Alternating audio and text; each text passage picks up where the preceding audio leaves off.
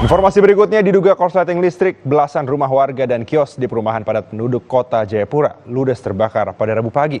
Upaya pemadaman terhambat karena jalan sempit menuju ke lokasi kebakaran.